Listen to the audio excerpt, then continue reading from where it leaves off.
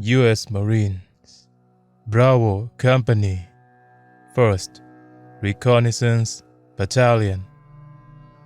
นาวิกโยธินสหรัฐกองพันลาดตระเวนที่1กองร้อยบราโวเฝ้าสังเกตการความเคลื่อนไหวของข้าศึกใกล้เมืองซังกินประเทศอัฟกานิสถานในเดือนตุลาคมปี 2010 กองพันลาดตระเวนที่1 Recon Battalion ดำเนินปฏิบัติการปราบปรามการก่อความไม่สงบในการสนับสนุนกองกำลังช่วยเหลือด้านความมั่นคงระหว่างประเทศ The International Security Assistance Force 19 พฤศจิกายน 2010 ปะทะกับกองกำลังข้าศึกจากฐานลาดตระเวนวันที่ 21 ตุลาคม 2010 ดำเนินการนัดหมายผู้นำที่สำคัญและโจมตีกองกำลังศัตรูสร้างอำนาจการยิงให้เหนือข้าศึกซังกินเป็นเมืองในจังหวัดเฮลมันด์ของอัฟกานิสถานมีประชากรประมาณ 20,000 คนตั้งอยู่ในหุบเขาของแม่น้ำเฮลมันด์ที่ระดับความสูง 888 เมตรหรือ 2,913 ฟุตห่างจากตะวันออกเฉียงเหนือของลัชคากา 95 กิโลเมตรหรือ 59 ไมล์ซังกินมีชื่อเสียงในฐานะหนึ่งในสถานที่ที่เป็นศูนย์กลางการค้าฝิ่นทางตอนใต้ของประเทศ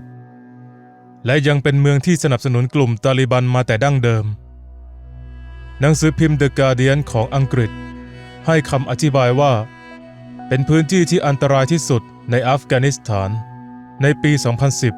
2010 ซังกินยังเป็นที่ตั้งของตลาดหลักสำหรับเขตซังกินผ่านเมืองซังกินโดยเส้นทาง 611 1st Reconnaissance Battalion กองพันลาดตระเวนที่1หรือที่เรียกกันโดยทั่วไปว่า Marine Division Recon เป็นหน่วยรบที่มีขีดความสามารถสูงเป็นกองพันลาดตระเวนของนาวิกโยธินสหรัฐ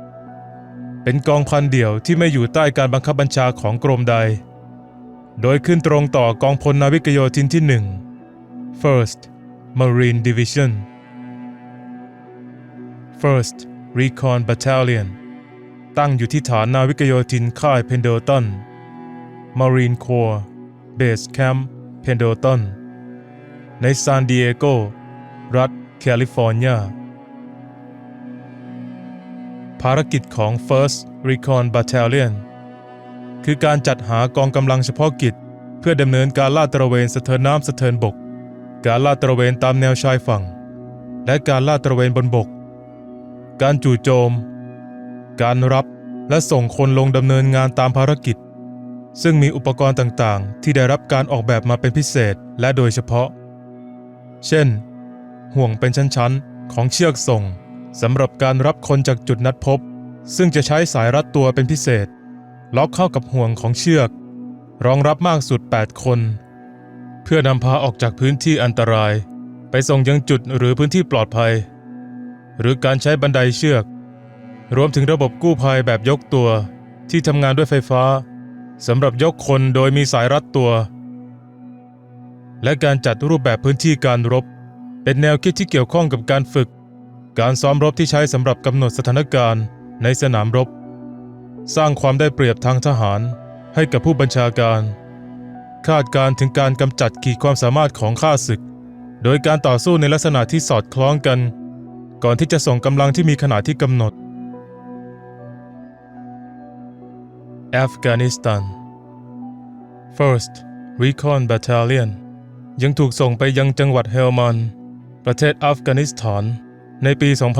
2010 ซึ่งพวกเขาปลิดชีพศัตรูในการรบได้มากกว่า 300 คนโดยไม่ได้สูญเสียทหารแม้แต่คนเดียวในการประจำการ 7 เดือนและได้รับยกย่องว่าเป็นกองพันที่อันตรายที่สุดในอัฟกานิสถานในขณะนั้นโดย Lieutenant General พลโทเจมส์แมดิสหน่วยปฏิบัติการได้ส่งเฮลิคอปเตอร์ขนาดกองพันเข้าไปในพื้นที่เทรคนาวาโดยปฏิบัติการเป็นเวลา32 วันติดต่อกัน ในช่วงเวลานั้นมีการปะทะกับกองกำลังตาลิบันเป็นเวลา 28 วันโดยใช้ยุทธวิธีและปฏิบัติการเชิงรุกที่สร้างความตกตะลึงให้กับกองกำลังข้าศึกในท้องถิ่นในเดือนกุมภาพันธ์ปี 2012 เกิดการโต้เถียงเมื่อมีการเผยแพร่ภาพถ่ายในเดือนกันยายนปี 2010 ซึ่งแสดงให้เห็นสมาชิกของชาร์ลีคอมพานีกองร้อยชาร์ลีกองพันลาดตระเวนที่ 1ยืนอยู่หน้าธงที่มีโลโก้คล้ายกับชุดสตัฟเฟลของเยอรมันขณะปฏิบัติหน้าที่ในอัฟกานิสถานชุดสตัฟเฟลเป็นองค์การกำลังกึ่งทหารสังกัดพรรคกรรมกรชาติสังคมนิยมเยอรมันพรรคนาซี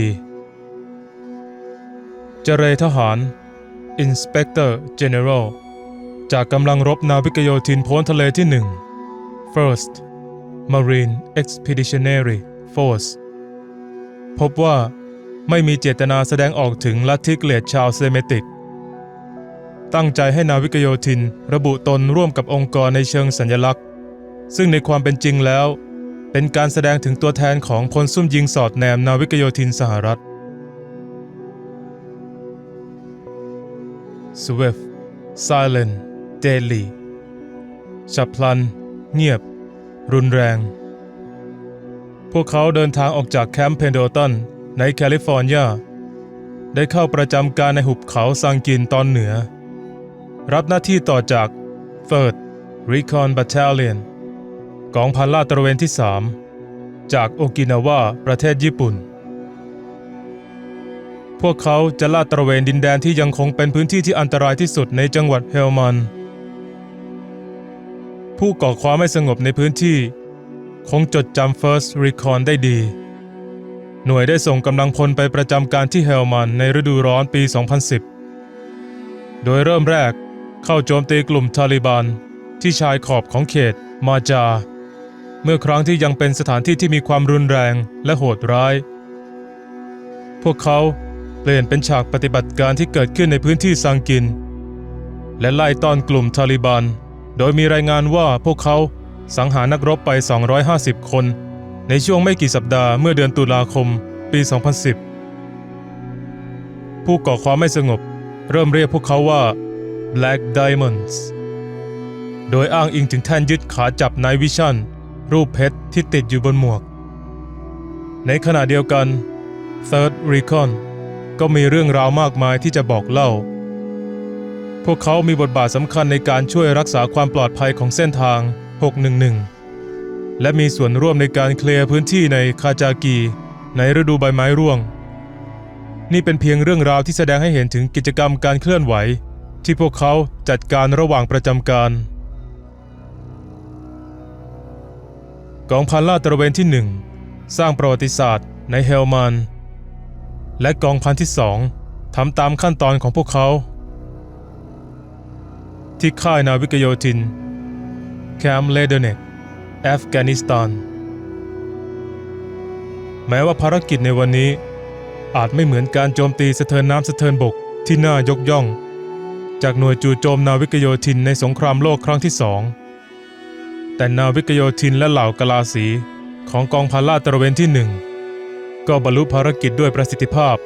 การยืนหยัดและความดุร้ายเช่นเดียวกันอีกทั้งก็สร้างความหายนะแก่ข้าศึกในขณะเดียวกันก็ให้การรักษาความปลอดภัยแก่ชาวบ้านท้องถิ่นในจังหวัดเฮลมันหลังจาก 7 เดือนของการค้นหาปิดล้อมและทำลายข้าศึกนาวิกโยธินและเหล่ากะลาสี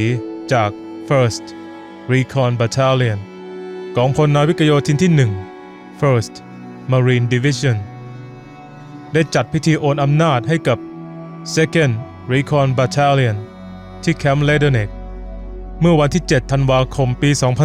2010 แม้จะมีภารกิจที่ประสบความสำเร็จมากมายในแนวลึกของศัตรูแต่หนึ่งในความสำเร็จที่ยิ่งใหญ่ที่สุดของนาวิกโยธินคือการที่ทหารแต่ละคนได้กลับบ้านอย่างปลอดภัยในช่วงวันหยุดในทุกสิ่งที่เราทำสำเร็จนักสู้ทาลิบันทั้งหมดที่เราลบออกจากบัญชีรายชื่ออัลฟาของศัตรูเราไม่ได้สูญเสียใครไป Lieutenant Colonel Michael Mooney ผู้บังคับการกองพันลาดตระเวนที่1กล่าวเราทุกคนมีความสุขและรู้สึกขอบคุณมากที่เราทุกคนได้กลับบ้านด้วยกัน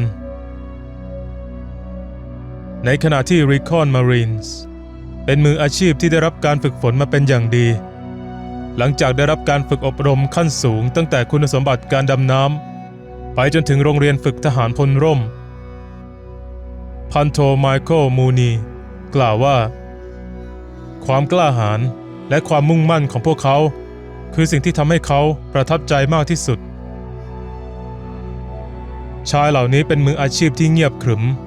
พวกเขาทำโดยไม่มีการประโคมข่าวหรือเป่าทรัมเป็ตพวกเขาทำเพราะความรักในภารกิจลาดตระเวนและความรักของพี่น้องมูนีซึ่งเป็นผู้บังคับกองพันเป็นเวลา36 เดือนกล่าวไม่มีใครเห็นพวกเขาขึ้นเฮลิคอปเตอร์ตอนตี 2หรืออาศัยอยู่ในพื้นที่อัฟกานิสถานท่ามกลางความร้อน120 องศาฟาเรนไฮต์หรือ48 องศาเซลเซียสของฤดูร้อนในเฮลมันแต่ฉันรู้ว่าใครเห็นพวกเขานั่นคือศัตรูมูนีชาวเมืองแอนนาโพลิสรัฐแมริแลนด์กล่าวศัตรูรู้จักบุรุษเหล่านี้และเกรงกลัวพวกเขาไม่มีอะไรพิสูจน์สิ่งนี้ได้มากไปกว่าชื่อเล่นที่หน่วยนาวิกโยธินรีคอนได้รับจากนักสู้ตาลิบัน Black Diamonds หรือนิลเพชรชื่อนี้มาจากแป้นที่ยึดสีดำบนหมวกของ Recon Marines ที่มีรูปร่างเป็นเพชรสำหรับกลุ่มตาลิบัน Black Diamonds กลายเป็นกองกำลังที่พวกเขามิอาจหลีกเลี่ยงหน่วย Recon นาวิกโยธินกองพันลาดตระเวนที่2จะยังคงปฏิบัติภารกิจเดิมต่อไปโดยมีข้อความเดียวกันนี้ถึงกลุ่มตาลิบันข้าศึกจะได้รู้จักและหวาดกลัว Second Recon เช่นเดียวกับที่พวกเขารู้จัก First Recon พวกเขาจะไม่มีโอกาสรับรู้ว่ากระสุนจะพุ่งกระทบร่างตอนไหนมูนีกล่าวพวกเขากำลังจะได้รู้ว่านิลเพชรอยู่ในสวนหลังบ้านของพวกเขาและมันจะกลายเป็นนรกบนดินสำหรับพวกเขาขณะที่ Second Recon เตรียมเข้ารับภารกิจผู้บังคับกองพันของพวกเขามีคำพูดให้กำลังใจพวกเขาเล็กน้อยเรามีงานที่ต้องทำสำหรับเราแต่ฉันรู้ว่าคุณจะต้องทำทุกภารกิจและงานที่ได้รับมอบหมายให้สำเร็จ Lieutenant Colonel Lawrence Hussey ผู้บังคับกองพันลาดตระเวนที่2กล่าวพันโทฮัสซี่ยังเสริมด้วยว่านาวิกโยธินจะสามารถไปหลังแนวฆ่าศึกและรักษาความปลอดภัยในสถานที่ซึ่งนาวิกโยธินไม่ได้เยือนมานานหลายปีนาวิกโยธินของทั้ง2กองพันดำรงตนตามวลีของ Reconnaissance Creed หลักความเชื่อนักรบ Recon การรบพิเศษแขนงการลาดตระเวนสะเทินน้ำสะเทินบกและจู่โจมการเป็น Recon Marine คือการก้าวข้ามความล้มเหลวเพื่อเอาชนะปรับตัวและทำทุกวิถีทางเพื่อให้ภารกิจสำเร็จนาวิกโยธิน First Recon ได้พิสูจน์คำพูดเหล่านั้นที่จะทำให้บรรพบุรุษของหน่วยจู่โจมของพวกเขาภาคภูมิใจ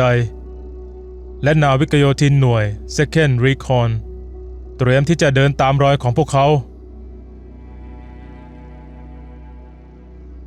First Marine Division Story by Corporal